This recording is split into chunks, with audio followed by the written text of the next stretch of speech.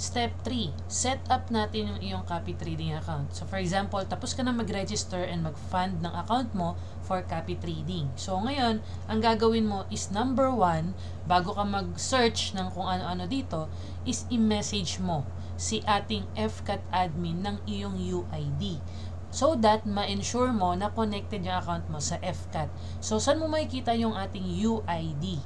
Punta ka dito sa account mo and then my profile. Here, makikita mo tong 9-digit number sa profile mo. So, usually 9-digit yan, or kung napalitan mo na, baka nickname mo.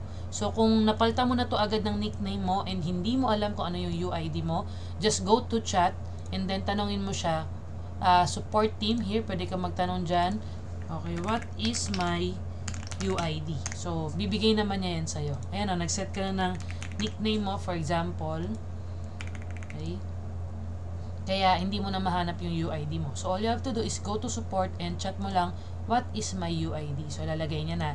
So, once na nakuha mo na yung UID mo, make sure na i-message mo sa FCAT admin to confirm na connected yung account mo sa amin so that bawat trade na FCAT Kryptonite ay papasok sa account mo. Now, once na nag-confirm na yung ating admin na okay, connected po yung inyong account for copy trading and may fund na yung account mo, just go here, search for FCAT Kryptonite. This one. Yan. So, si FCAT Kryptonite, pwede mong i-star para favorite. And then, napaka-simple kung paano mag-copy is, click mo muna tong copy settings na yan. Make sure na, ito, full volume of each trade. 1:1. Okay, ito na lang yung pipiliin mo sa copy type.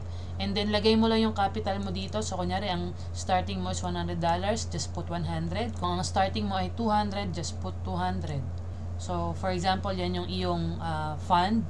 So, wag mo i-click tong copy open orders. So, yun lang ang kailangan mong gawin. Yung copy type is i-edit mo to full volume of each trade 1:1. So, ibig sabihin yan, same na same tayo ng trade. So, kung ano yung trade sa account namin, yan din yung mapupunta sa account mo.